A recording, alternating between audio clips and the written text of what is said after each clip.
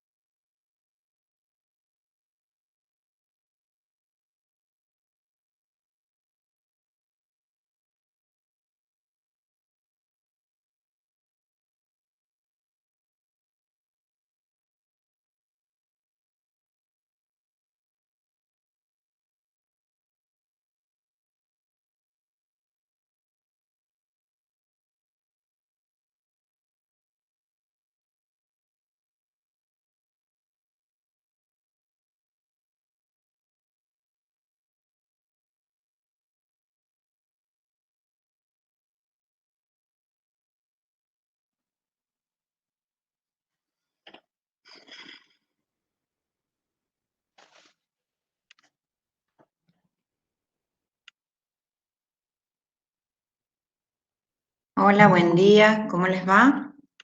Hola doctora, buen día. Hola, buen día. Hola, buen día. Hola, profe. Buen día, doctora. ¿Cómo han andado? Hola, doc.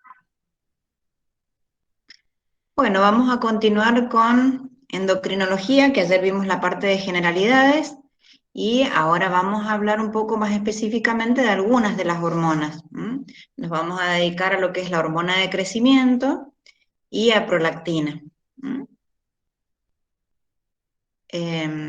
No sé si faltan muchos para que ingresen a la clase, pero si no, bueno, para que ya vayamos empezando. ¿Se acuerdan algo de lo que hablamos ayer? De endocrinología en general,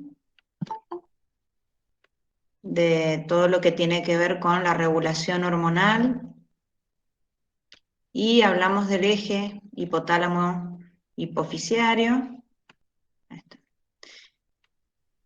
y también hablamos de algunas de las hormonas de los ejes, pero muy en general. Ahora vamos a hablar un poquito más específico de algunas de ellas.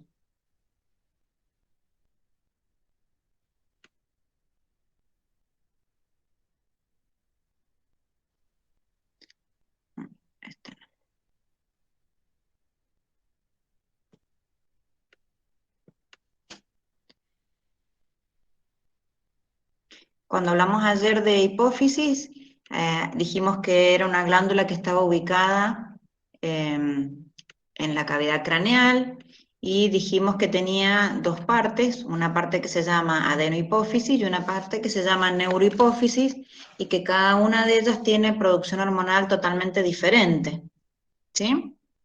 Entonces ahora nos vamos a dedicar un poquito más a lo que sería adenohipófisis, que es la parte de hipófisis anterior, que dijimos que tenía que ver con la producción de 6 hormonas más importantes.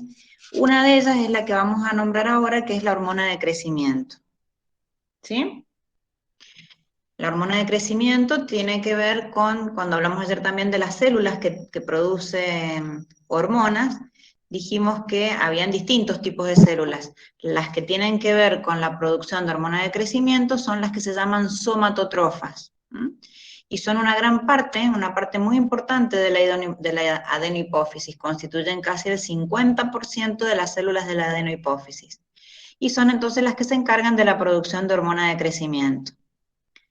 La hormona de crecimiento es una hormona polipeptídica, y van a ver que no solamente tiene efectos positivos, que son los que actúan sobre el crecimiento, sino que tienen efectos negativos en cuanto a lo que sería, por ejemplo, la acción de la insulina. La hormona de crecimiento es una hormona que se opone a la acción de la insulina, por lo tanto, la hormona de crecimiento es una hormona hiperglucemiante.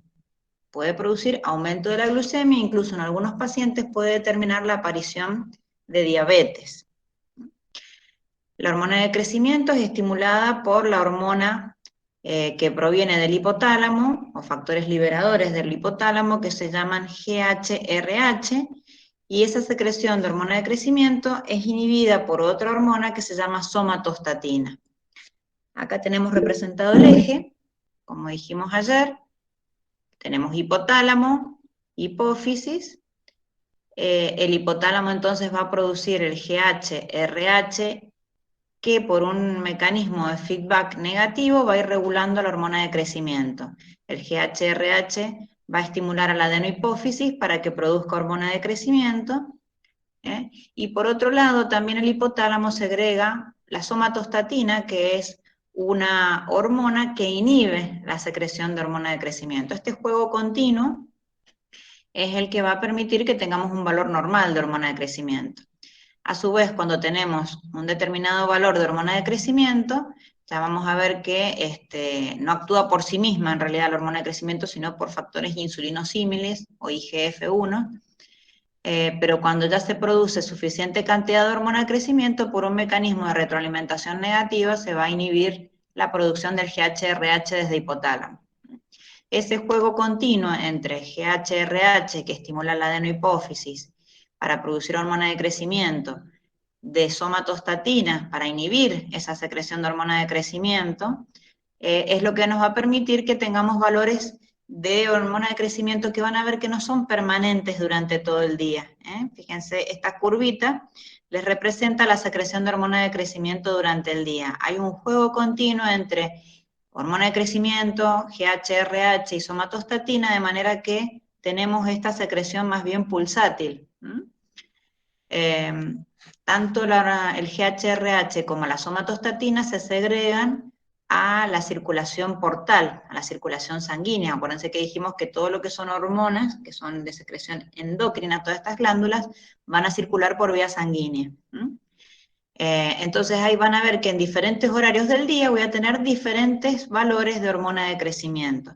Por eso esto a veces se toma en determinados horarios del día, también el dosaje de hormona de crecimiento.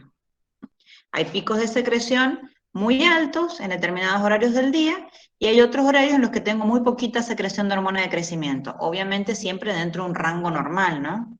Siempre dentro de un rango normal. Dentro de esa normalidad tengo horarios en los que tengo mayor secreción de hormona de crecimiento y otros horarios en los que hay menos. Los picos de secreción tienen intervalos de 3 a 5 horas.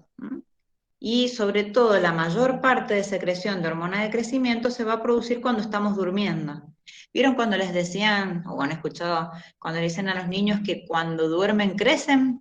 Cuando dicen que estuvieron mucho tiempo en cama por alguna situación, que estuvieron durmiendo mucho, y después dicen, oh, ¿creciste mientras dormían? Bueno, es verdad. La secreción de hormona de crecimiento tiene un mayor pico, sobre todo en la etapa del sueño. Doc, disculpe que ¿Sí? la moleste. Hay chicos que quieren entrar. Ay, a ver, vamos a ver, porque Disculpe. tendríamos que ver la manera de que seamos puntuales. A ver. ¿Uno solo? ¿Será?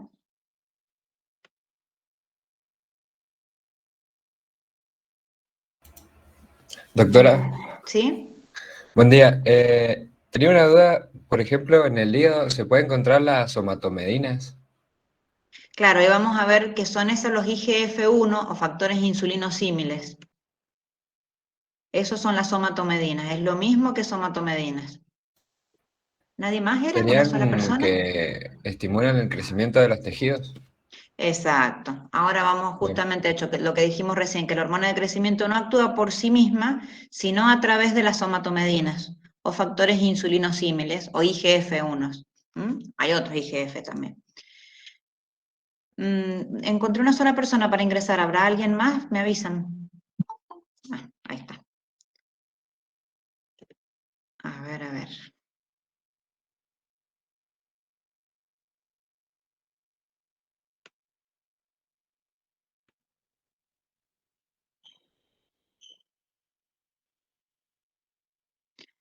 Bueno, volvemos entonces a lo que estábamos hablando recién.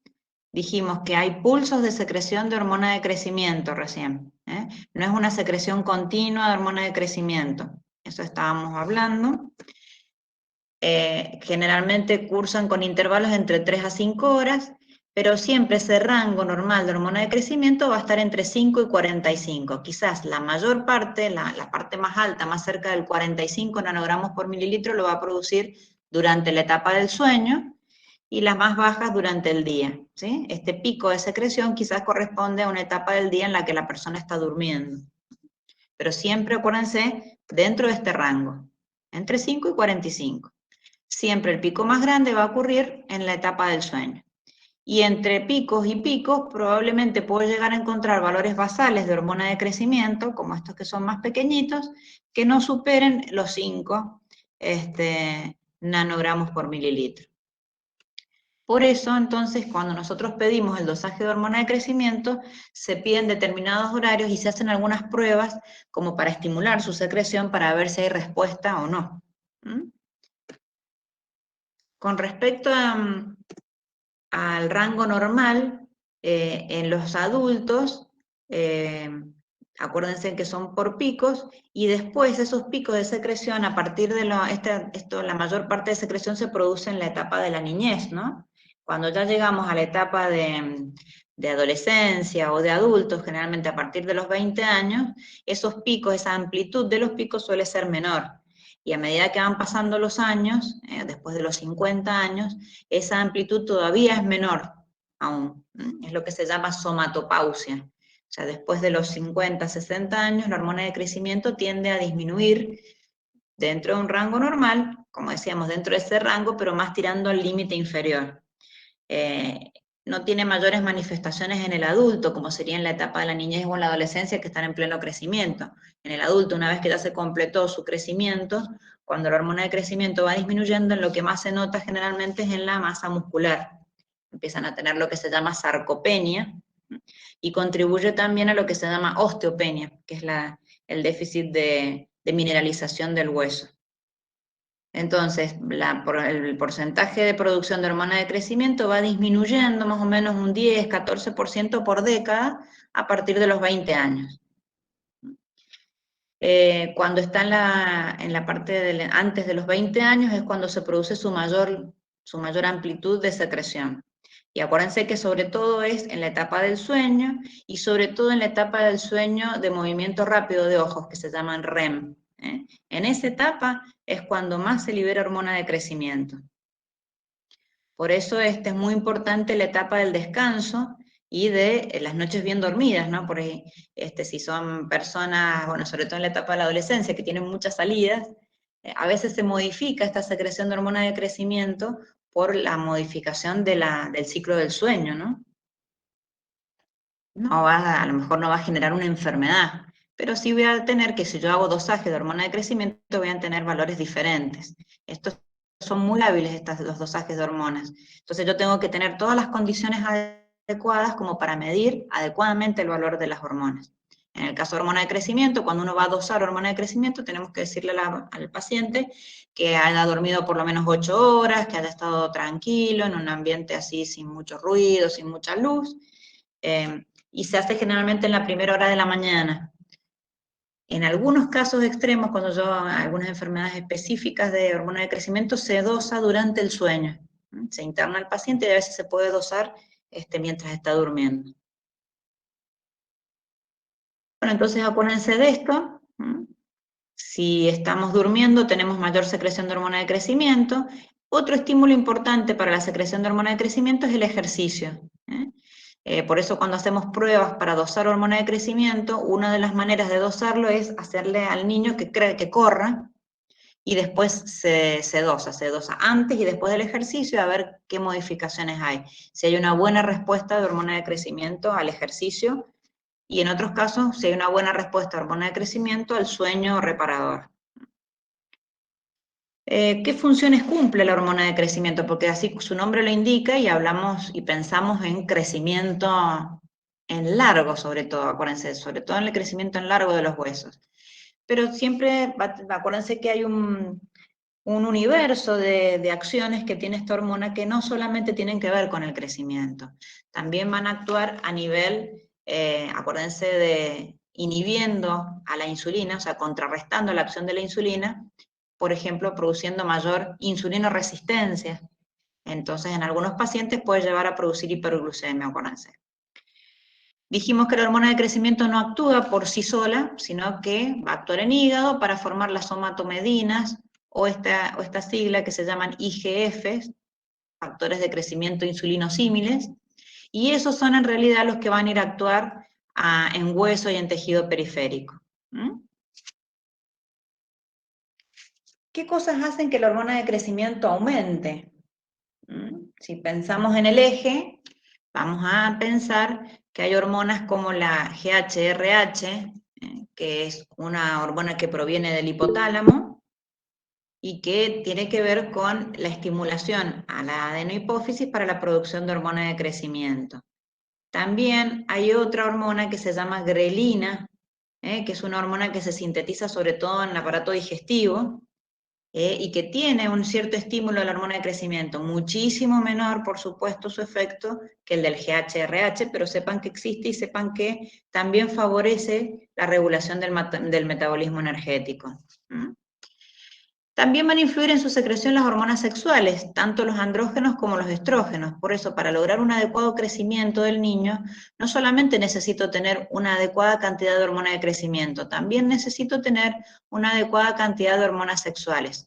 Ustedes piensen, ¿cuándo hicieron su pico de mayor crecimiento ustedes en la etapa de la adolescencia? Generalmente es en la etapa de la pubertad, cuando ya antes del año anterior a la primera menstruación en la mujer, o durante la etapa de los 15, 16 años del hombre, que es cuando hacen su mayor secreción empieza su mayor secreción de andrógenos. Eso contribuye a que la hormona de crecimiento actúe adecuadamente y optimiza, digamos, su acción, de manera que ahí logremos el mejor crecimiento. Entonces las hormonas sexuales también influyen en el crecimiento en sí. Hay algunos medicamentos que se llaman clonidina y levodopa que pueden estimular la liberación de GHRH. El sueño, el ejercicio, el ayuno también estimulan la secreción de hormona de crecimiento.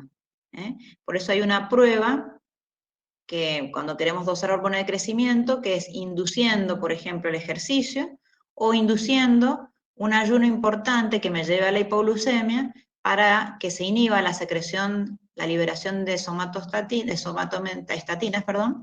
que son las que inhiben la secreción de hormona de crecimiento. Entonces yo, produciendo hipoglucemia y produciendo un ejercicio vigoroso, estimulo en realidad indirectamente la producción de hormona de crecimiento. Hay situaciones de estrés y traumatismos que pueden también generarse aumento en la secreción de hormona de crecimiento, pero esto es mucho menor el efecto. Lejos, lo más importante, el GHRH, hormonas sexuales, y estos estímulos como son el sueño y el ayuno a través de la hipoglucemia. Esos son los mayores estimulantes de la producción de hormona de crecimiento. Disculpe, doctora, una pregunta. ¿Sí? En el gráfico que habíamos visto anteriormente, la secreción de la hormona se va más según la curva en el ejercicio agotador que en lo que es el sueño. Eso siempre ha sido, depende del paciente. No, como son los dos. Lo que pasa es que es más fácil de dosar en el ejercicio que en el sueño, porque el sueño tenemos que buscar que sea justo la etapa de REM, de movimientos oculares, digamos, que es cuando mayor secreción hay. Entonces es más fácil hacerlo, la prueba con actividad física. ¿Y siempre va a dar más alto ahí? No necesariamente, es más o menos parecido el pico. Un poquito más, está graficado ahí un poquito más, pero en realidad son parecidos. Lo importante es que hagan el pico, que después tanto del sueño como del ejercicio tiende a aumentar esa hormona de crecimiento. ¿A esto te referís? Exacto. Claro. Esto lo que pasa es que es difícil que yo enganche justo la etapa REM. Pero lo importante es que me suba de este basal que yo tengo acá. Si yo le doso la hormona de crecimiento a las 8 de la mañana y tengo este valor, lo importante es que yo, después del ejercicio o después del sueño importante, yo logre que pase del 10. ¿Se entiende? Tiene que darme por lo menos más de 10, como para decir que hay una respuesta al ejercicio o al sueño o a la hipoglucemia. ¿Sí? Perfecto, gracias. Bueno, entonces ahí nombramos qué cosas son las que me aumentan la hormona de crecimiento, y así como tenemos elementos que me aumentan la secreción de hormona de crecimiento, tenemos también elementos que lo inhiben. Una de ellas ya la nombramos, que es la somatostatina, que también es producida por el hipotálamo, y que tiende a inhibir la secreción de hormona de crecimiento. Lo otro que inhibe la secreción de hormona de crecimiento por el mecanismo de feedback negativo son los factores insulinosímiles que dijimos, o somatomedinas, hacen un feedback negativo tanto con hipotálamo como con hipófisis. Hay otros factores que inhiben también la secreción de hormona de crecimiento, como es la hiperglucemia, y también algunos medicamentos como los glucocorticoides, o algunos andrógenos como la dihidrotestosterona, que es producida por las suprarrenales. Hay otros factores que están inhibiendo también la secreción de hormona de crecimiento, como es el exceso de tejido graso, que es lo que se da en la obesidad. Y también hay una disminución de la secreción de hormona de crecimiento a medida que van pasando los años. Acuérdense que dijimos que por cada década hay un cierto porcentaje de disminución de secreción de hormona de crecimiento. Esto es parte del envejecimiento del organismo en sí. Pero en la etapa donde yo más necesito la secreción de hormona de crecimiento es sobre todo en la primera etapa de la vida y hasta los 20 años por lo menos, que es cuando se produce el mayor pico de crecimiento. Bueno, acordémonos que la hormona de crecimiento por sí sola no tiene un efecto, sino que también necesita de que haya una adecuada secreción de las hormonas sexuales, de las hormonas tiroideas, que eso también va a completar el crecimiento, ya lo vamos a ir viendo más adelante. También necesito que haya un normal funcionamiento del hígado y una adecuada nutrición. ¿Por qué? Porque no solamente el crecimiento no solamente depende de hormona de crecimiento, depende de otras cosas más como son la adecuada alimentación, es un balance, digamos, entre lo que yo gasto y lo que consumo, ¿no? Eso me va a dar una adecuada nutrición. Necesito un normal funcionamiento del hígado porque ahí es donde se van a producir realmente las somatomedinas, o IGF, que son los que van a ir a actuar en el hueso. Y acuérdense que necesitamos una adecuada secreción de hormonas sexuales y sobre todo también de tiroides en la etapa del crecimiento para que se produzca el pico mayor de crecimiento, que logremos la mejor talla posible en el niño. Salvo en la etapa del crecimiento intrauterino, que es donde actúan los IGF-2, que son independientes de la hormona de crecimiento, todo el resto del crecimiento del ser humano tiene que ver con los IGF-1, ¿saben? Los IGF-2 son somatomedinas también, pero que son independientes de la secreción de hormona de crecimiento, y eso solamente lo van a ver en la etapa fetal. Una vez que el niño nace, todo el crecimiento tiene que ver con hormona de crecimiento, IGF-1, y la adecuada relación con todas estas otras hormonas.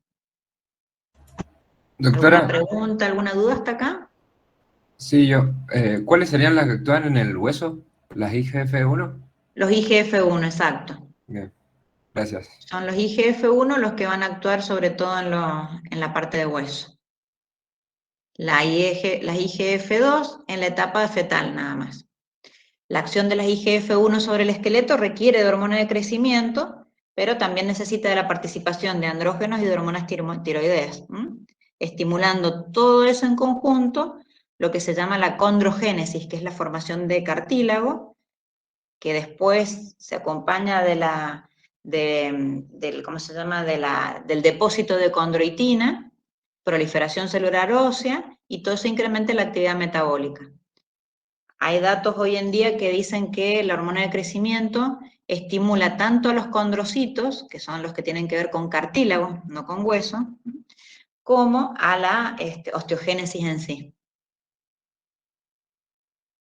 Y otra cosa que les quería decir es que la hormona de crecimiento de forma directa estimula la formación de precondrocitos y condrocitos, entonces los discos epifisiarios cartilaginosos se ensanchan, se deposita más matriz en los extremos de los huesos largos y después cuando eso se va osificando, cuando se produce la pubertad, determina el largo final del hueso. Mientras no se cierre la epífisis del hueso, mientras tengamos cartílago de crecimiento, vieron que a veces en la radiografía de los niños ustedes ven en los huesos largos sobre todo una parte más oscura que es lo que sería el cartílago de crecimiento. Mientras no se cierren esas epífisis, mientras no se cierra el cartílago de crecimiento, el hueso sigue creciendo en longitud. Entonces la talla final del paciente se va a dar recién cuando se termine de cerrar ese cartílago. Por mientras yo tengo el cartílago ese de crecimiento abierto y tengo buena acción de hormona de crecimiento, hormonas tiroideas, buena alimentación, ejercicio, normal funcionamiento del hígado, voy a ir logrando que ese hueso vaya creciendo cada vez más en largo. El cierre de la epífisis se va a acelerar cuando ya se produzca la pubertad. Por eso, si ustedes hacen memoria, la talla que tienen ustedes ahora quizás sea la misma que tenían los varones cuando tenían 16, 17 años, que ahí a lo mejor empezaron a hacer su pico de crecimiento, y las mujeres, cuando ya tuvieron su primer menstruación, quizás después de ahí van a notar que no crecieron mucho más, que la talla que tienen ahora es muy parecida a la que tenían cuando tuvieron la primera menstruación, porque el mayor crecimiento es antes de que se cierre el cartílago de crecimiento, y ese cartílago se cierra cuando se produce el desarrollo puberal. Cuando aumenta la secreción de estrógenos y aumenta la secreción de testosterona, ahí se empieza a cerrar el cartílago de crecimiento, y por más que yo tenga mayor secreción de hormona de crecimiento, ya no va a tener tanto crecimiento en largo. ¿Se entiende esto? Por eso ustedes, si hacen memoria, cuando ustedes iban en primer año del secundario o a fines de la primaria, si ustedes se acuerdan, las chicas, las mujeres dieron un estirón importante en esa etapa y los varones por ahí se quedaron un poquito más. Y después cuando terminaron el secundario, quizás son los varones los que crecieron mucho más y ahí alcanzan realmente su estatura final. Lo que pasa es que va desfasado la maduración sexual o la mayor producción de hormonas sexuales en la mujer y en el hombre. En la mujer generalmente cerca de los 12 años, en promedio, entre los 8 y los 15 es normal, mientras que en el hombre generalmente esa secreción de testosterona aumenta más en la etapa de los 15, 16 años. Por eso es que van a notar que crecieron o lograron su estatura mayor a diferentes edades los varones de las mujeres, ¿no? ¿Qué Doctora, otra? ¿Sí? una pregunta. Y por ejemplo, en el caso del gigantismo, ¿tiene que ver mucho con la somatotrofina? Exacto, ahora vamos a ver cuáles son las anormalidades. Más adelante, en unas diapositivas anteriores, vamos a hablar justamente de eso del gigantismo. Bueno, entonces acuérdense que la hormona de crecimiento no solamente actúa en el crecimiento en sí, sino que también va a tener una acción en el metabolismo. De forma directa, porque disminuye la captación y utilización de la glucosa, eso va a producir hiperglucemia, y también va a estimular la lipólisis, con el aumento de ácidos grasos libres en el plasma. Entonces, puede ser potencialmente diabetogénica, porque va a estimular la salida hepática de glucosa, y también porque tiene un efecto antiinsulínico en músculo y en el tejido adiposo. Entonces, si yo tengo hormona de crecimiento, hay etapas en las que yo considero que es lo normal, pero si yo considero que hay un aumento excesivo de hormona de crecimiento ya en la etapa de adulto, que eso lo vamos a ver que tiene que ver con el gigantismo, que ya lo vamos a ver más adelante, puede llevar a que ese paciente termine teniendo una diabetes. Una por el efecto antiinsulínico y por el otro porque estimula la secreción, porque inhibe la secreción pancreática de insulina. ¿sí? Entonces va a llegar porque se agota. En un momento produce hiperinsulinismo, pero en el transcurso del tiempo esa secreción de insulina se va a agotar, generando Doctora, lo que se llamaría la diabetes. ¿sí? perdón que la moleste, pero hay gente que quiere entrar. Bueno, a ver, hasta las 11:15, o sea, 15 minutos después del inicio de la clase, porque si no tenemos que estar interrumpiendo. A ver.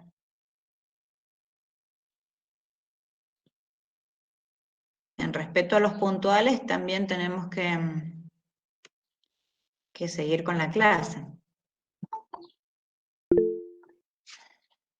Doctora, ¿Sí? disculpe, en el cronograma yo por eso también entré tarde, porque salía que era las 11:15 la clase, y No, pero lo que en les el otro, mandaron los claro, tutores, fíjense, porque la clase de anatomía no era, y en los tutores cuando les mandaron el link decía el horario. claro, después en la otra salía de otra forma, pero el chico que siguió con el cronograma entró tarde, así que bueno, disculpen. Claro, ¿no? Por eso cuando está en el link estaba el horario. Sí, ahora lo supe, gracias. Bueno, no hay problema. Es para que no interrumpirles a los demás, digo. De todas maneras, son 11:30. Claro, sí, ahora sí. Obviamente. A ver si volvemos al Power, ¿dónde estábamos? ¿Qué otra cosa les quería decir? Lo de las hormonas tiroideas, que recordarles eso, que además de estar implicadas en el desarrollo óseo, también favorecen la acción de las somatomedinas. Actúan como hormonas que favorecen el crecimiento. Entonces, yo necesito una adecuada secreción de hormonas tiroideas también para que la hormona de crecimiento actúe de manera óptima en el crecimiento en largo de los huesos. ¿Y qué otra cosa les quería decir? Que no se descarta la posibilidad, digamos, de que la prolactina y que las gonadotrofinas también estimulen la secreción de hormona de crecimiento por un efecto directo en el hipotálamo o de la célula somatotrofa, o bien estimulando la síntesis periférica de somatomedinas, pero eso es como que todavía no está totalmente demostrado. Por ahora sí sabemos el efecto de las hormonas sexuales y el efecto de las hormonas tiroideas. Pero también hay estudios que sugieren que la prolactina y las gonadotrofinas, o sea, LH y FSH, también tendrían una acción sobre la hormona de crecimiento. Bueno, ¿cómo se hace para evaluar el crecimiento? Eso, hay un tutorial que van a tener de un paciente que tenemos que ver si está creciendo adecuadamente. Ya que estamos hablando de hormona de crecimiento, vamos a pensar que este es el factor más importante para el crecimiento del niño. Pero recuerden que también necesitamos, para el crecimiento adecuado, una adecuada nutrición, porque si estamos, como se dice, falta de olla, digamos, falta de ingesta de proteínas, sobre todo, ese niño, por más que tenga una adecuada cantidad de hormona de crecimiento, no va a lograr el crecimiento óptimo. También necesitamos entonces una adecuada producción de hormonas tiroideas, y también necesitamos que ese niño tenga un adecuado ciclo de sueño y una adecuada actividad física, una buena cantidad de educación física. A ver, ¿quién más quiere entrar?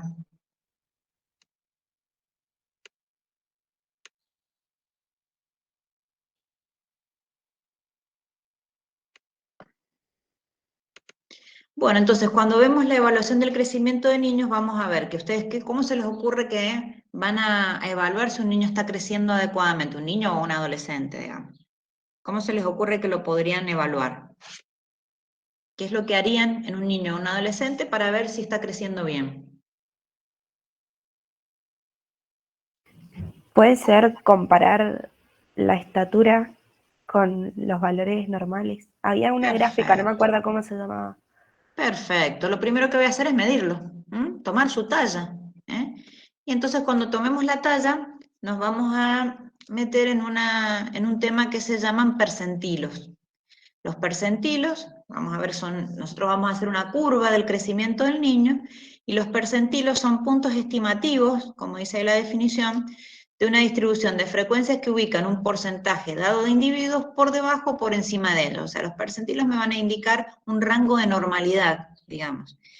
Si nosotros consideramos un 100% de algo, ¿no es cierto? Un ejemplo, en el caso de los percentilos de crecimiento, tanto de talla como de peso, vamos a considerar que entre el percentilo 3 y el 97 es el rango de crecimiento normal. Por supuesto que el término medio va a ser el 50. ¿Qué quiere decir eso?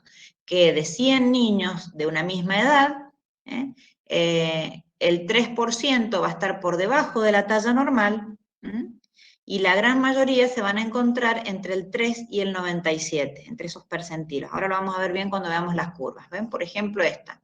Vamos a buscar la de talla mejor. Estas curvas, que si ustedes se fijan en sus libretas de salud que les veía el pediatra, seguro que las van a encontrar. En la libreta de salud de ustedes debe estar. Cuando el pediatra les iba controlando la estatura, cada vez que iban los controles, cuando tenían 1 año, 2 años, 6 años, 7 años, generalmente hasta los 19, que se considera que ahí ya es la estatura adulta, ¿no? Entonces, estas son las tablas de estatura de Argentina. Fíjense siempre que correspondan al país nuestro, porque la estatura es diferente según las zonas. Por ejemplo, la estatura media de Argentina no es la misma que la estatura media en Estados Unidos, o que en México, o que en países donde, por ejemplo, los nórdicos, Noruega, Suecia, que son mucho más altos que nosotros. Entonces, los percentilos son estas curvitas que se van haciendo a medida que vamos tomando la talla del niño en diferentes edades. Entonces, como yo les decía, el mínimo normal es el 3 y el máximo normal es el 97. Todos aquellos niños que me van cayendo en distintas edades fuera de ese rango de curvas, fuera de esto, se considera anormal, tanto porque esté demasiado alta como porque esté demasiado baja, ¿sí? Y el que está marcado en más oscuro es el 50. No quiere decir que ese sea el único normal, ese quiere decir que es la talla promedio para esa edad. Por ahí hay niños que van a quedar en el percentilo 3 y toda su vida van a ir creciendo en ese percentilo 3 y es el mínimo normal. Fíjense ustedes cuánto miden, piensen ustedes en cuánto miden. Si son mujeres, la mujer argentina, en promedio quizás va a lograr tener una talla cerca del 1,60 m, pero una mujer argentina que mida 1,50 m también está dentro de la talla normal, dentro del mínimo normal, pero está dentro del rango normal. ¿Y cuánto es lo máximo normal que puede medir una mujer en la Argentina en promedio? Es 1,70 m, 1,72 m. Esto es lo que se considera la normalidad. Todos estos son percentilos, que son como porcentajes. Si de 100 personas, quiere decir que hay 3 que están por debajo de esta estatura, y el 97 quiere decir que de 100 personas, hay 97 que están dentro de este rango, y 3% nada más que están fuera, ¿se entiende? El 50 es el promedio. La mayoría de las mujeres de Argentina están dentro de esa estatura, entre 1,57, 1,58, 1,60. Por eso muchas veces les van a consultar por baja talla y entonces hay que ir a mirar este cuadro, hay que ir a mirar esta tabla, porque no es la misma la estatura nuestra que la estatura en otros lugares. Para Estados Unidos somos todos enanos, prácticamente, ¿no? Para la estatura promedio que hay en Estados Unidos. Y para la estatura promedio que hay, por ejemplo, en México, nosotros solemos tener una estatura promedio un poco más alta que ellos. Y hay tribus indígenas que tienen una estatura mucho menor, perdón. Entonces, para yo evaluar si un niño está creciendo bien, lo que tengo que ir a medirlo. Se mide sin zapatos, seguramente ustedes alguna vez su pediatra los ha medido. Con el cuello bien estirado, ¿sí? Y voy bajando el pediómetro, que se llama, que tiene tiene como una base, y después tiene una base, un tope superior, que es el que les van a poner sobre la cabeza del niño. Y les va a decir cuánto está midiendo. Fíjense en ustedes dónde han caído, en cuál de estos percentilos caen ahora que ya prácticamente están en la edad adulta, ¿no? Por entonces, un niño que tiene 3 años, eso les quería decir, perdón, antes que me olvide, que hay para niños y hay para niñas, es diferente también. Fíjense en el hombre, para el hombre es diferente la estatura final que vamos a lograr. En la Argentina, el percentilo 3, que es el mínimo normal de estatura normal para un hombre, es casi 1,60, 1,58, si se fijan acá, ¿no? Y lo máximo normal que puede medir un hombre en la Argentina es más o menos 1,84 m. Fíjense que cada uno de estos cuadraditos, si ustedes se fijan en la Sociedad Argentina de Pediatría, hay un libro que se llama Libro Verde, que están todas estas tablas de crecimiento de niñas, de niños, de talla, de peso, de velocidad de crecimiento, de perímetro cefálico, de índice de masa corporal. Ahí están todas las tallas que tienen que ver con el normal desarrollo y crecimiento del niño. Entonces, las que están en celeste son las de varones, las que están en rosado son las de mujeres. Entonces, como decíamos en el hombre, van a ir fijándose según la edad que tiene el niño, pongámosle 4 años por decir, y van a buscar qué estatura tiene. Si ese niño de 4 años tiene una estatura de 80 centímetros, quiere decir que me está cayendo por debajo del mínimo normal. Ahí hay una alteración en su crecimiento. Pero si ese niño está dentro de esto, entre el 90, más o menos 90 centímetros y 110 centímetros para esa edad, 108 centímetros diría, está dentro del rango normal. Hay niños que van a crecer toda su vida por esta curva, hay niños que van a crecer toda su vida por esta del término medio, y hay otros que van a estar por esta otra altura. Todos están normales, todos están dentro de ese rango normal. ¿Qué me va a influir también? No solamente la hormona de crecimiento, sino la estatura genética. Si sus padres son más altos, es de esperar que ese niño tenga una talla final mayor que el del niño que tiene sus padres de baja estatura.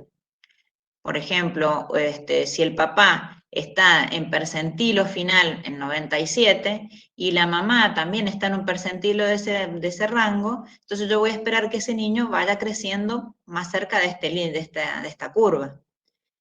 En cambio, si sus padres están dentro de 1,50 m, 1,60 m, 1,65 m, es probable que lo encuentre a ese niño más bien creciendo dentro del rango de estas otras curvas. ¿Sí? El tema es que me entre en este rango normal. ¿Se entiende? La mayoría van a estar en este carril del 50%, pero puedo tener percentilo 3 y ser normal. ¿Sí?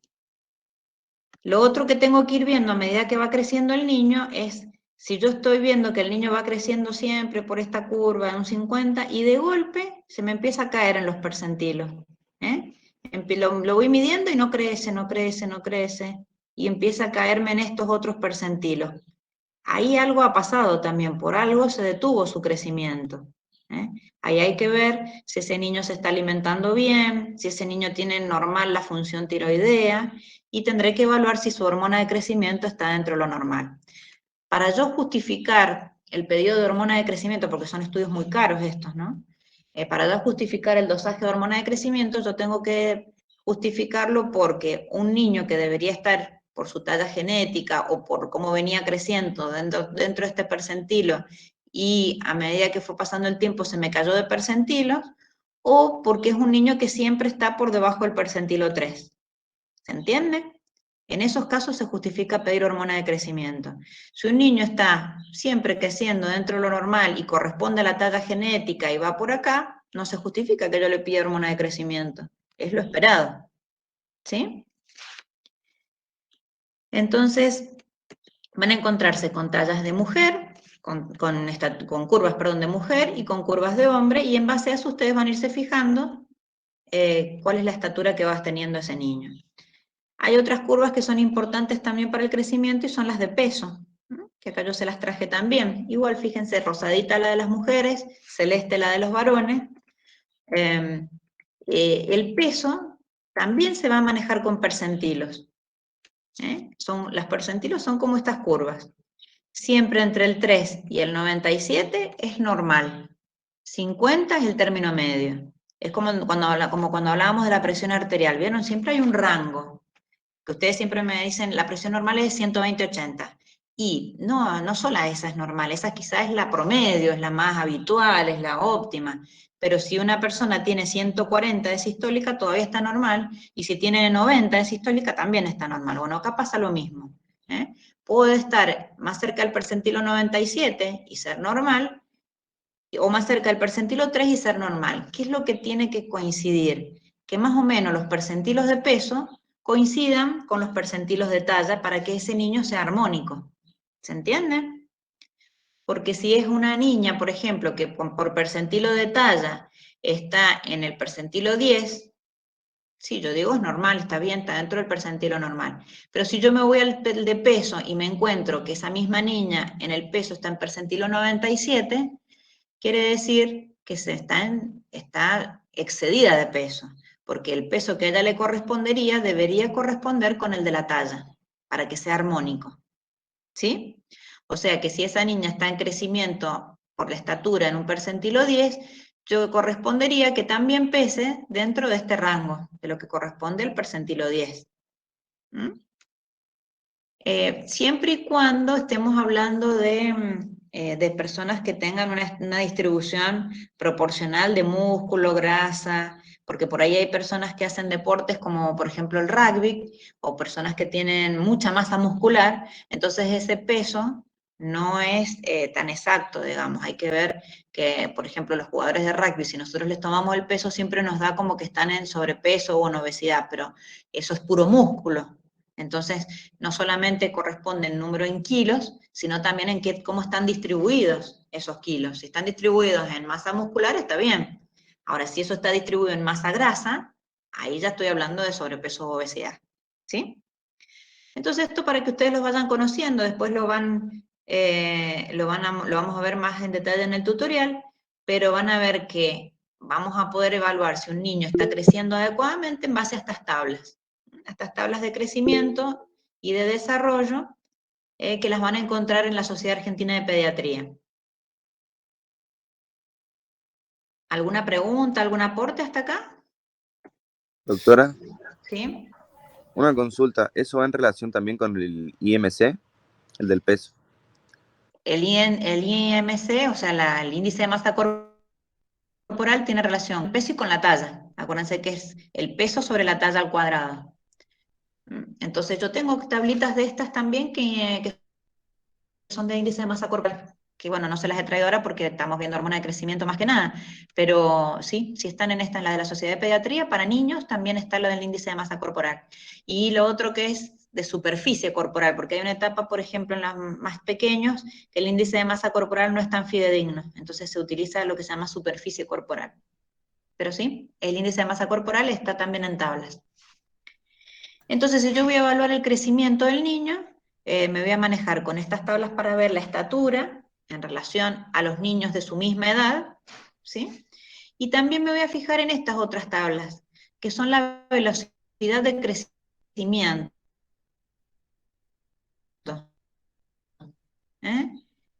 La mayor velocidad de crecimiento es qué tantos centímetros, por decir, se crece en un año, o en un periodo de tiempo determinado, ¿sí? La mayor velocidad de crecimiento que tiene el ser humano es en la etapa de la gestación, sobre todo en la primera etapa de la gestación.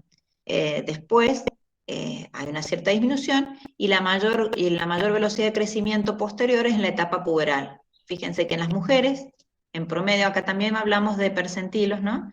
O de estas curvas que miden, la velocidad de crecimiento va a ser en la etapa, como les decía, entre los 10 y los 14 años, que es cuando se va a producir la primera menstruación. Una vez que se produjo la primera menstruación, esa velocidad de crecimiento tiende a disminuir. O sea que la mejor talla la vamos a lograr en esa etapa previa a la primera menstruación, en el caso de la mujer, que es generalmente antes de los 13, 14 años. En cambio, en el hombre, fíjense que la velocidad de crecimiento, esto también coincide, ¿no? Que la etapa de gestación es cuando tenemos la mayor velocidad de crecimiento, y después el otro pico se produce en la etapa puberal, que como les decía yo recién, está corrido en los varones. Es más entre los 13 y los 16, los 13 y los 15, depende también de en qué etapa se desarrolló sus padres. Pero la etapa puberal es cuando se produce la otra mayor velocidad de crecimiento. Por eso ustedes cuando hacen eso, esto es lo que le llamamos el estirón. El estirón de los hombres es en esta etapa, el estirón de la mujer es más en esta otra etapa, más cerca de los 12, 13 años. Entonces todo eso me va a determinar la talla final. Porque esta etapa es la que tiene que ver con las hormonas sexuales. Yo necesito una adecuada cantidad de hormonas sexuales y una adecuada cantidad de hormona de crecimiento y una adecuada cantidad de hormonas tiroideas para que esa talla final sea la mejor que podía lograr esa persona. ¿Estamos? Profe, disculpe. Antes de meterlos en las... ¿Sí? Yo tengo a mi hermano que mide 2,3 metros y yo viendo esa cosa que usted me mostró ahora, es como que pasa, o sea, no, pasa para lo blanco, escribían, porque era como que se largaba mucho. ¿Y sus papás o los hermanos también son altos? Mi papá mide 1,80 y mi mamá también 1,79, 80. O sea, somos... Ah, tu mamá es alta. Sí, mi mamá sí es alta. Porque se considera que, por ejemplo, la talla genética, o la talla que le correspondería por la familia, se saca una cuentita que es la talla del papá, más la talla de la madre, dividido 2.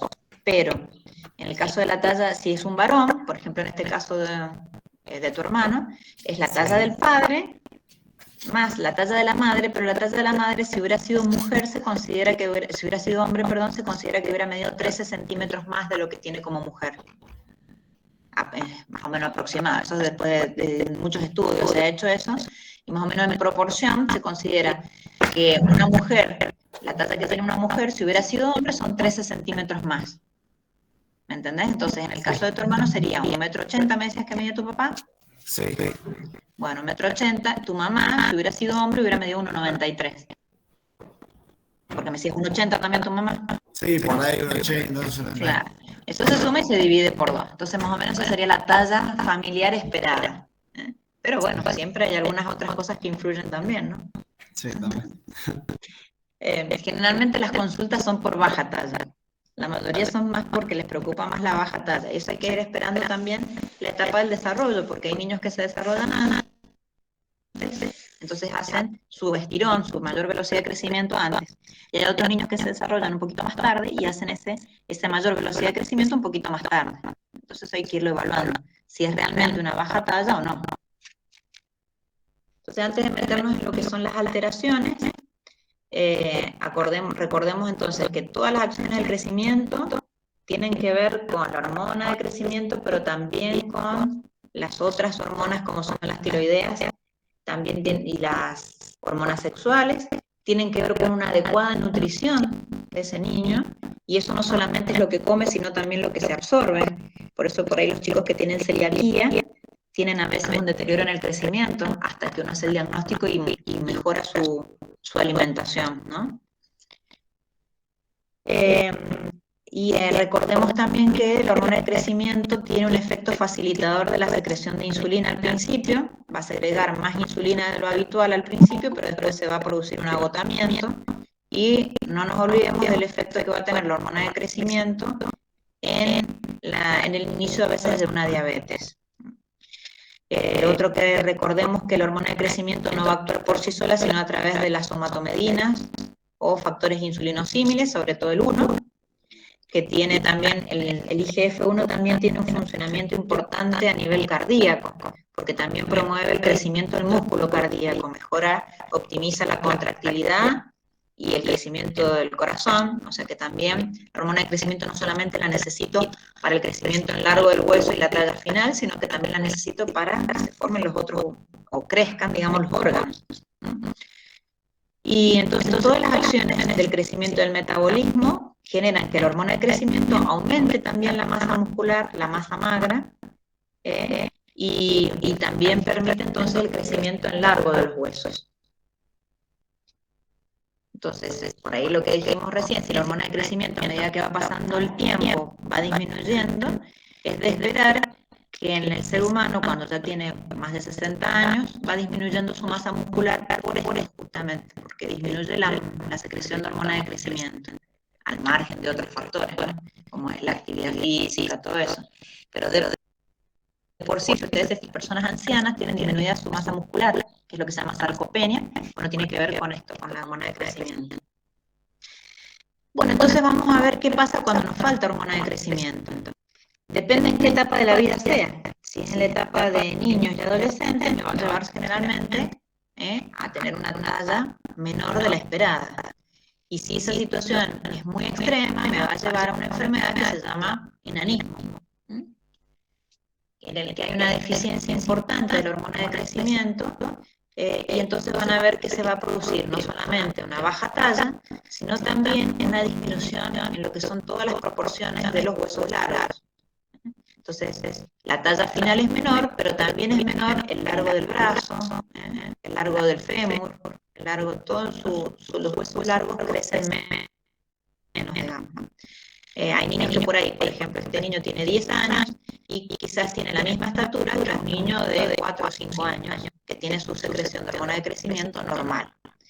Estos chicos a veces cuesta que alcancen la pubertad, porque no llegan a secretar también adecuada cantidad de hormonas gonadotróficas, o sea, generalmente hay un déficit en la adenohipófisis. O sea, no solamente está disminuyendo la secreción de hormona de crecimiento, sino también de otras hormonas que segrega la adenohipófisis, como eran la LH y la LCH. Entonces también van a tener una disminución a nivel de función sexual, y en algunos casos se acompañan de entonces que no llegan a tener pubertad. Por ejemplo, lo habrán visto, que es uno de los Guinness, la persona más baja del mundo, era un pituitario, o sea, una persona que tiene una disminución de la secreción de las hormonas de la adenohipófisis, donde ahí se marca sobre todo el déficit de la hormona de crecimiento.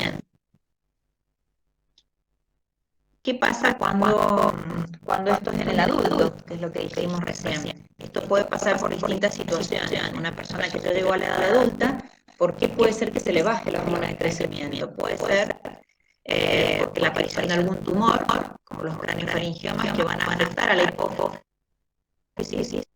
o puede ser por una afectación de los vasos sanguíneos de la hipófisis. Esto pasa, por ejemplo, en los partos traumáticos. Hay mujeres que tienen partos que son muy traumáticos, donde tienen una pérdida importante de sangre, entonces va a producirse una isquemia de la hipófisis y va a disminuir la secreción de todas las hormonas de la hipófisis, entre ellas la hormona de crecimiento también. ¿Qué pasa? Que como es un adulto, a nivel de hormona de crecimiento no voy a tener mayor efecto, pero sí voy a tener el efecto en todas las hormonas que tienen que ver con la adenopófisis, como es, se va a afectarse la secreción de hormonas tiroideas, entonces se va a acompañar del hipotiroidismo, va a tener una disminución de la secreción de la ACTH, que es la otra que tiene que ver con la adenopófisis, entonces va a tener disminución de los glucocorticoides suprarrenales. También, al tener disminuida la producción de las hormonas de la adenopófisis, va a tener disminución de las hormonas gonadotrópicas, LH, FSH, entonces no va a tener más ciclos menstruales por ahí esa mujer. Y en el caso, si fuera un hombre, va a disminuir bruscamente la secreción de testosterona. Entonces tiene caída del velo corporal, en el caso del hombre por ahí disfunción sensual. Y sin embargo, si yo me voy a lo que estábamos hablando, que es hormona de crecimiento, no voy a tener mayor manifestación si un adulto, porque la estatura final ya la logró. Lo que sí voy a notar es la sarcopenia, que es lo que dijimos recién, la disminución de la masa muscular, y astenia o decaimiento. Entonces, la disminución de hormona de crecimiento en un adulto generalmente no va sola. Generalmente es consecuencia de esa insuficiencia pituitaria del adulto, en lo que me va a llamar mucho más la atención la disminución de otras hormonas, como son la de la tiroides, de los corticoides, de hormonas sexuales, más que la hormona de crecimiento en sí. En cambio, cuando ese déficit de hormona de crecimiento es antes de que se produzca la etapa final, voy a tener el enaniamiento. ¿Sí? Es lo opuesto, que es cuando hay un aumento de secreción de hormona de crecimiento. Siempre depende de la etapa en que se produzca esto. Si ese aumento de secreción de hormona de crecimiento es antes de que terminó el desarrollo y crecimiento, voy a tener una determinada enfermedad. Si es cuando ya se cerraron los cartílagos de crecimiento y ya se completó el crecimiento en largo de los huesos, voy a tener una enfermedad totalmente diferente. ¿Cuál es cada una de ellas? Si se produjo el aumento de secreción de hormona de crecimiento antes del cierre de las epífisis, voy a tener lo que se llama gigantismo, que no van a hacer un ratito. Esto generalmente se asocia con algún tipo de tumor que produce hormona de crecimiento. Generalmente son tumores que se generan en las células acidófilas de la glándula de la adenopófisis y va a producir mayor cantidad de hormona de crecimiento de la que correspondería para esa edad. Entonces son personas que a lo mejor llegan a tener una estatura de 2,5 metros. Pero son pacientes que van a tener no solamente una modificación en cuanto a su altura, sino que también van a tener efectos a nivel metabólico, porque acuérdense que la hormona de crecimiento era hiperglucemiante. Entonces va a tener probablemente diabetes. Esos pacientes que tienen gigantismo no solamente van a tener un aumento de talla, sino que también van a asociarse a enfermedades como la diabetes. Acá tienen los dos extremos, los dos Guinness. La persona más baja y la persona más alta. Esta persona era un hereditario que tenía un déficit de ADN de secreción de todas las hormonas de la adenopófisis. Y esta persona que tenía un aumento en la secreción de hormona de crecimiento antes de que su cartílago de crecimiento se cerrara. Entonces ahí aparece el gigantismo. En cambio, cuando ya se produjo el cierre del cartílago del crecimiento y se produce un exceso de hormona de crecimiento, después de haber logrado la etapa final, aparece esta enfermedad diferente que se llama acromegalalia. Entonces, como ya el hueso es largo, no puede crecer, lo que más afecta son los huesos planos. Entonces, son pacientes que tienen que se llama prognatismo, que es el aumento del maxilar inferior, tienen un aumento de los huesos frontales, de los malares, de los huesos cortos de la mano, de los falanges, digamos. Este es el perfil del prognatismo, es como la saliencia del maxilar inferior. Entonces, si el aumento del exceso de hormona de crecimiento se produce una vez que completo el crecimiento en largo de los huesos, entonces me va a aparecer la megalia. Y se van a dar cuenta, son personas que tienen un mano impresionante grande, que se cambia la fisonomía de la cara, sobre todo, por este aumento del maxilar, del frontal y también de los malares. Y también van a tener modificaciones a nivel de la columna vertebral, entonces van a aparecer lo que se llama una cifosis importante. No solamente con el crecimiento, no solamente en los huesos, sino que también actúan en ciertos órganos. Entonces van a tener también aumento del tamaño de la lengua, que se llama amaurosia, van a tener hepatomegalia, aumento del tamaño del riñón también, aumento cardiomegalia, que es el aumento del tamaño del corazón también.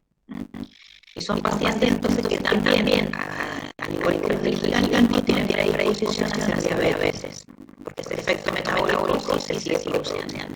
La diferencia entre el gigantismo y la megalia es la etapa de la vida en la que se produce ese hormona de crecimiento. Si es antes de que se complete el crecimiento, se llama gigantismo. Si es después, en la edad adulta, cuando se completó el crecimiento, se llama megalia.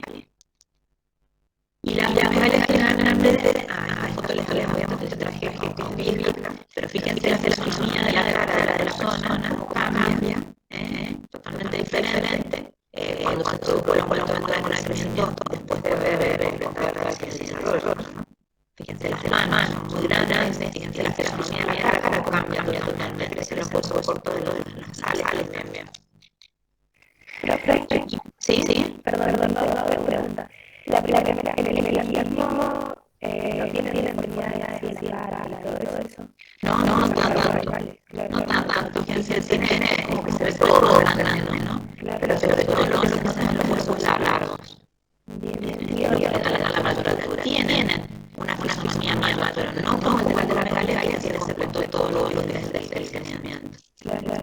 Y otra pregunta, ¿puede ser que el niño con gigantismo cuando son adultos pasa a tener la megalia o la adultez? No, el gigantismo es que se cierra el crecimiento y la megalia cuando se cerraron. Claro, pero puede tener los dos, por ejemplo, cuando es niño, gigantismo después. Y no debería haberse solucionado para que siga modificándose una vez que se rompe el desarrollo.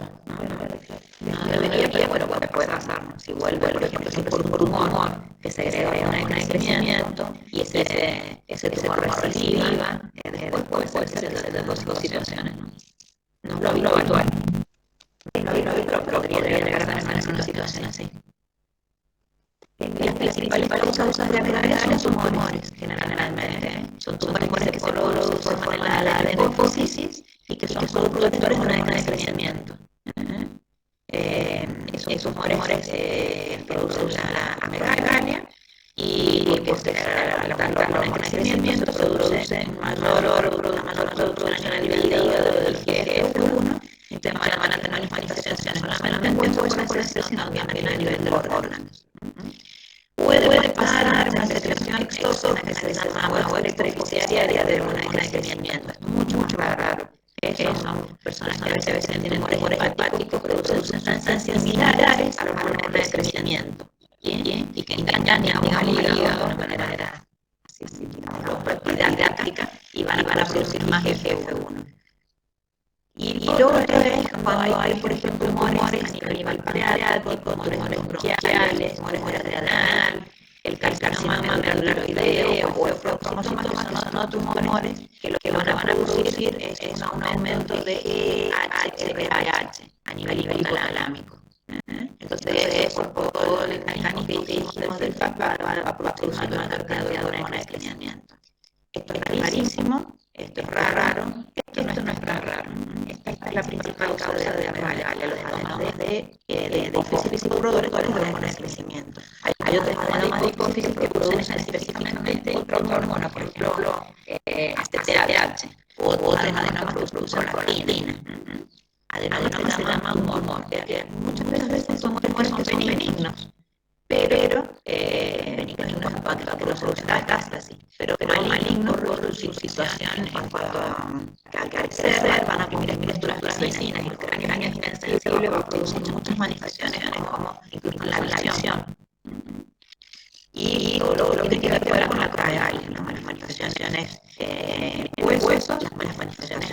metabólico, sobre todo la hiperglucemia.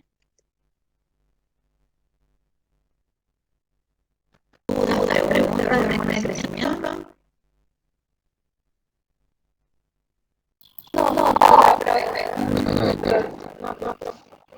Bueno, entonces vamos a hablar ahora un poquito de lo que sería la prolactina, que es otra hormona que se produce en la hipófisis. Ahora hablamos de las hormonas que produce la hipófisis, una hormona de crecimiento y otra es la prolactina. ¿Han escuchado hablar de la prolactina alguna vez?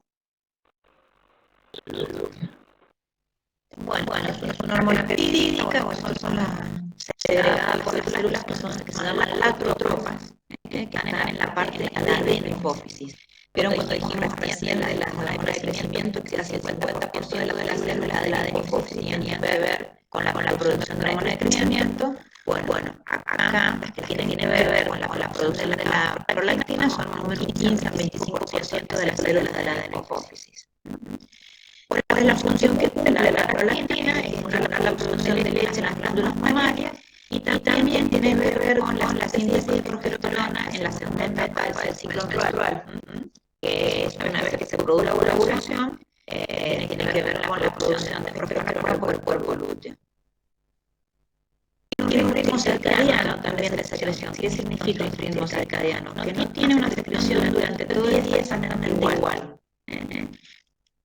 Generalmente aumenta en la etapa del inicio del sueño y permanece elevada a unas horas después de haberse despertado la persona.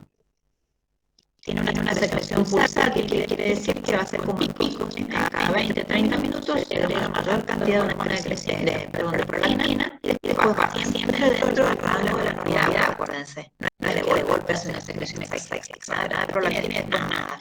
Sino dentro del rango de normalidad hay etapas en las que se agrega mayor cantidad y horarios en las que se agrega menor cantidad. Por eso es muy importante la toma de la muestra de la prolactina.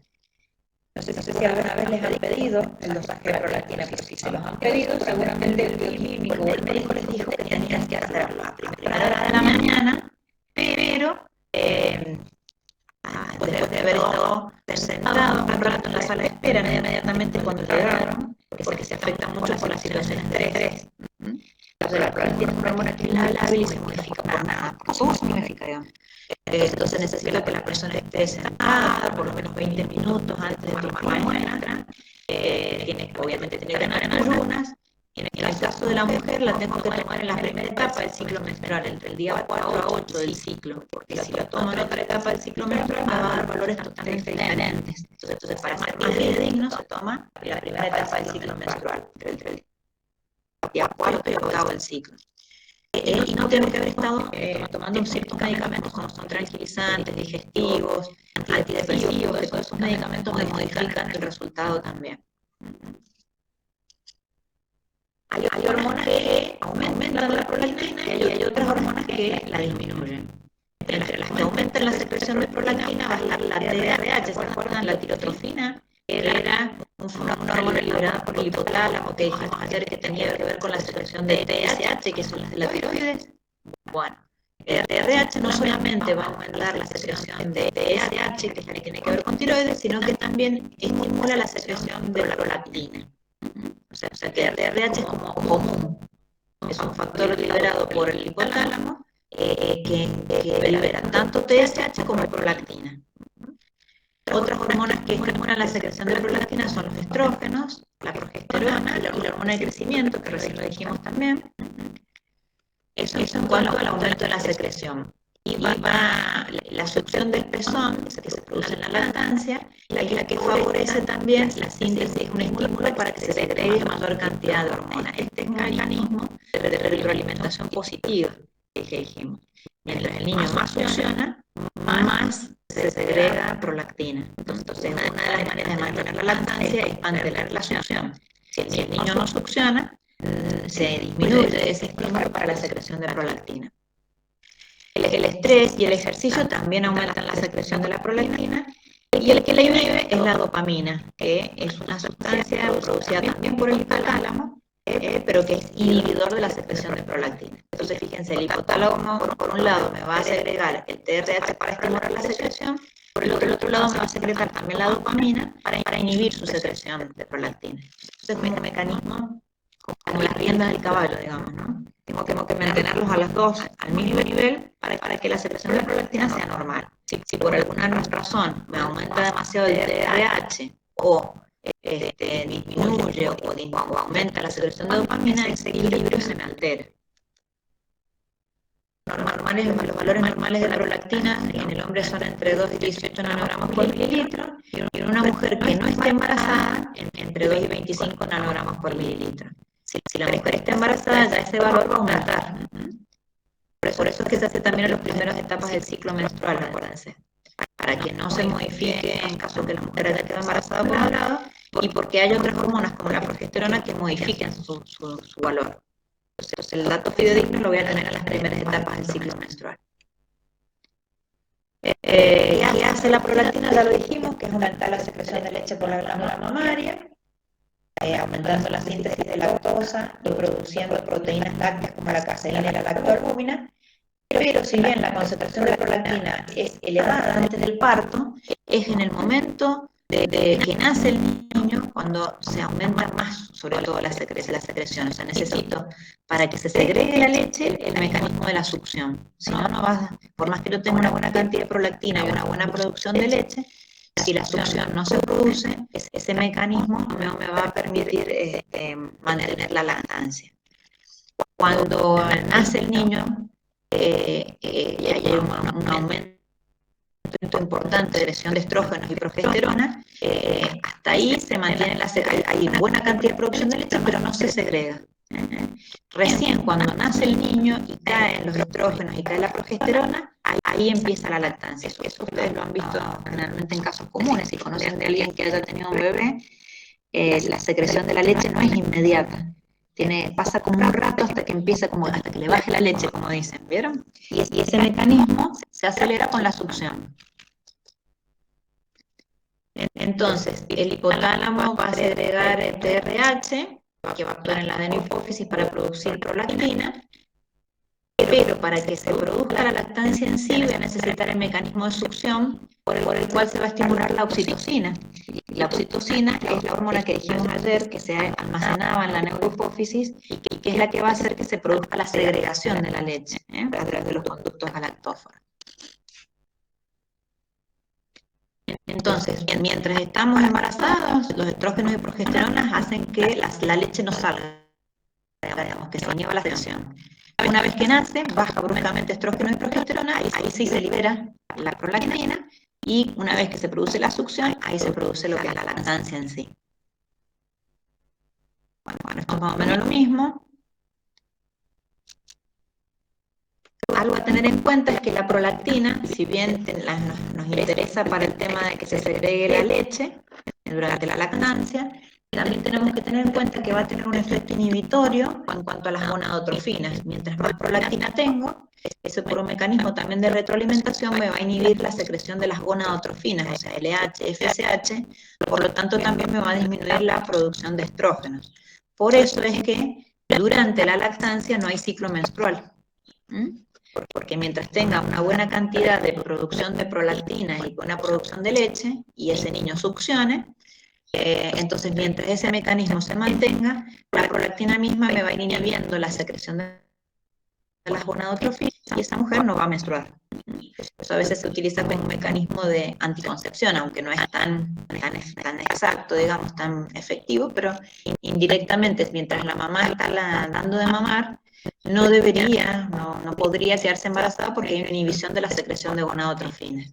Lo que pasa es que hay que ver qué tan inhibida está, porque a veces pasa que aún dando de mamar se quedan embarazadas, llega a tener buena cantidad de LH, FSH, incluso llega a ovular, y puede llegar a quedar embarazada, así que no es un mecanismo 100% efectivo, no, es para tener en cuenta, sobre todo en los primeros 3 meses posterior al parto.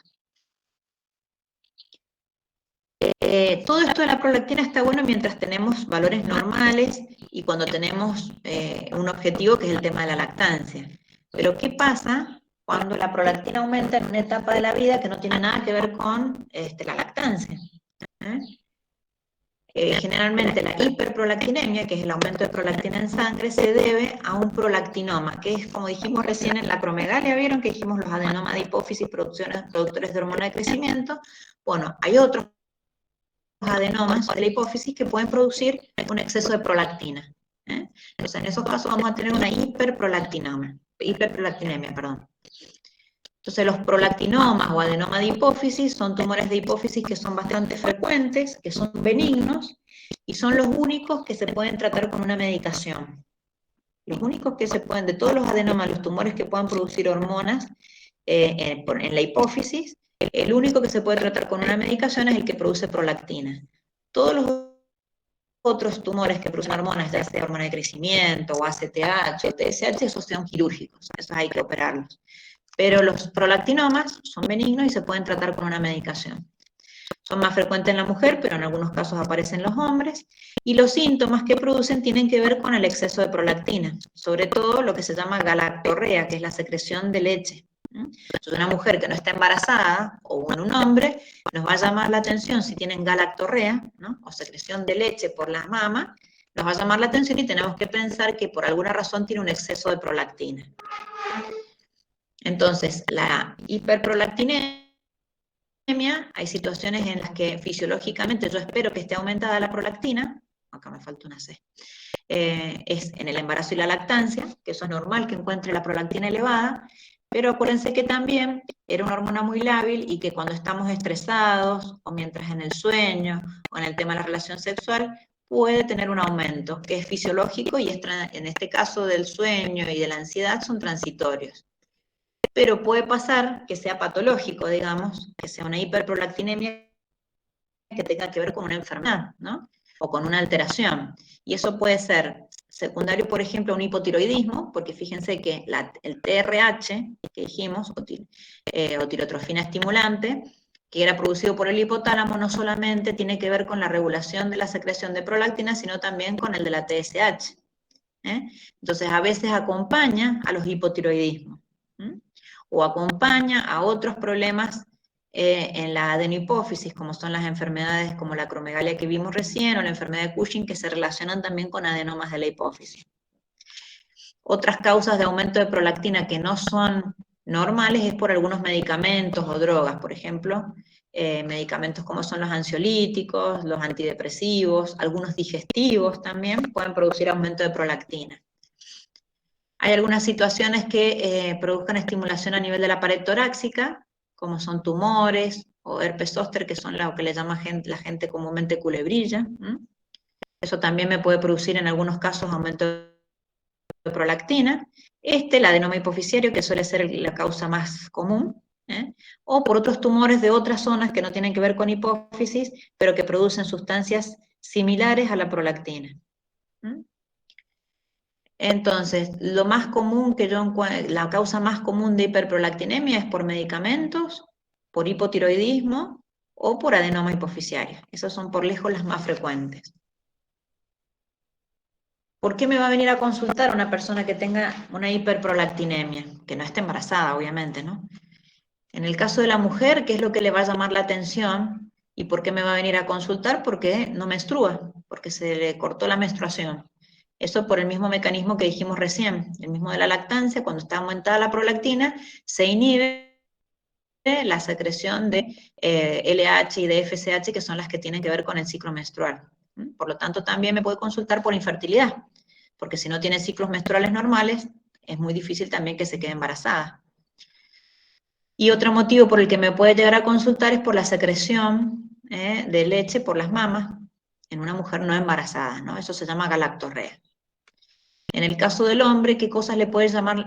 Y acá también pueden tener hirsutismo, que es aumento del vello. Por lo mismo que están disminuidas las hormonas sexuales, también suelen tener entonces un aumento del vello corporal. El hombre con hiperprolactinemia, ¿por qué me va a venir a consultar? También puede que tenga galactorrea, pero generalmente lo que más le llama la atención es que tienen impotencia, disminución de la libido, y también pueden tener infertilidad por ese mismo mecanismo que dijimos recién, de que inhibe a las hormonas LH y FSH, por lo tanto no se produce la maduración de los espermatozoides, ¿no? y tampoco la producción, y se altera la producción de testosterona. En los adolescentes por ahí y en las mujeres adultas también otro que le puede llamar la atención es que aumentan mucho de peso, en algunos casos también pueden tener cefalea, porque si es un adenoma que está en la hipófisis puede producir dolor de cabeza y trastornos en la visión, porque va a comprimir el quiasma óptico. Y la otra causa el otro motivo de consulta puede ser por acné.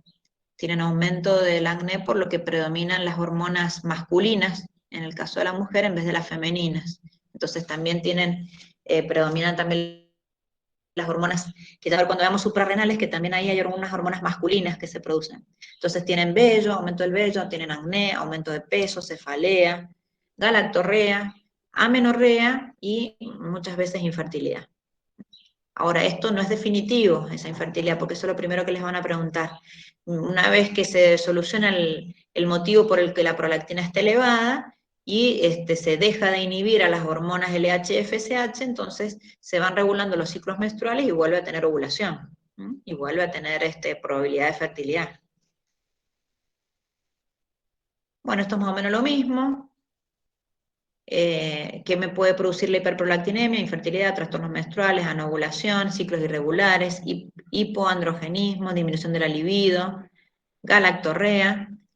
Y a nivel de otros órganos me puede aumentar el riesgo de cáncer de mama, por ejemplo, me puede aumentar el riesgo de cardiovascular. ¿Por qué? Porque son pacientes que aumentan de peso generalmente. Hay que acordarse, esto quería que lo retomemos, que es el tema de la prolactina y el hipotiroidismo. Muchos pacientes cuando tienen hipotiroidismo primario se asocian a una hiperprolactinemia. Cuando yo soluciono el problema de tiroides, se va a solucionar la hiperprolactinemia también, porque acuérdense que es el mismo mecanismo, el del TRH. Entonces, si yo tengo hipotiroidismo, que voy a tener disminuidas las hormonas tiroideas, por un mecanismo de feedback, va a estimular a la hipófisis para que produzca, y al hipotálamo para que produzca más TSH. Entonces, cuando se produzca un aumento de TRH desde el hipotálamo, no solamente me va a aumentar la TSH, que es la que yo quiero para regular tiroides, sino que también me va a aumentar la producción de prolactina. Entonces, cuando se regule el problema de tiroides, seguramente se va a regular también la hiperprolactinemia. Los dos mejoran con la levotiroxina, que es el tratamiento del hipotiroidismo. Entonces, cuando tenemos una persona que nos consulta por aumento de la prolactina, primero que nada tengo que descartar que no esté embarazada, tengo que descartar que no sea un hipotiroidismo, que me he puesto una doble O. Tengo que asegurarme que la toma haya sido en la fecha adecuada y en las condiciones adecuadas, sobre todo en el caso de la mujer, entre el día 4 y 8 del ciclo menstrual, porque si lo tomo en otra etapa del ciclo, el valor de prolactina me va a cambiar totalmente. Que el bioquímico lo haya tomado en las condiciones adecuadas. Muchas veces el solo pinchazo para sacar sangre ya ese solo es un identifica el valor de prolactina. Entonces hay algunos bioquímicos que lo que hacen es tomar 2 muestras, le sacan sangre 2 veces como para hacer como un promedio de ver qué tanto influyó por el pinchazo en sí o por el estrés en sí. Y la muestra no se tiene que tomar ni bien llega el paciente al bioquímico, sino que se tiene que quedar sentado un rato, tranquilo, y después de unos 20 minutos de que haya llegado, recién ahí tomar la muestra. Y lo otro que tengo que descartar es que no esté tomando algún medicamento que me pueda estar interfiriendo con la muestra. Sobre todo, acuérdense, medicamentos que son tranquilizantes, antidepresivos o que son digestivos, como el metoclopramida, por ejemplo, el Reliveran, que es para los vómitos, eso me puede modificar el valor de prolactina. La sulpirida, que es un medicamento que se usa para la digestión también. Entonces, los antidepresivos, sobre todo, me pueden modificar el resultado. Entonces, tengo que tener en cuenta eso. Si ya descarté todo esto y tengo prolactina alta, entonces ahí yo me tengo que meter a buscar el por qué, que lo más probable que sea por un adenoma, que es un tumorcito en la hipófisis. ¿Preguntas? ¿Aportes? No, profe, no hay preguntas. Profe, yo le quería hacer una consulta. Para acompañar el estudio, ¿qué libro podemos usar? Ya les voy a pasar ahora a los tutores para que después les pasen la bibliografía, pero en general no está bastante completo lo que el doctor les ha mandado, más esto que yo les he hecho como un resumen de varios textos. Así que, pero de todas maneras ya les voy a mandar con sus tutores alguna bibliografía. ¿Sí? Doc, Sí, una gracias. pregunta. ¿Sí? ¿Usted podría subir los Power al campus o no? Ah, bueno. Bueno, ahora le pregunto al doctor entonces para pasarlo. Dale, gracias. Los casos de la semana o el de la otra semana son todos que tienen que ver con la parte endocrina. El caso de esta semana debería ser el que tiene que ver con el de hormona de crecimiento. Así que bueno, así, esto lo vamos a ir repasando durante los tutoriales también. Muy bien, bueno, seguiremos entonces el viernes con la otra clase teórica y durante la semana con los tutoriales. Gracias, Muchas profe. gracias, profe. Gracias. Gracias, Gracias. doctora, nos vemos. Muy bien. Gracias, doctora. Hasta luego.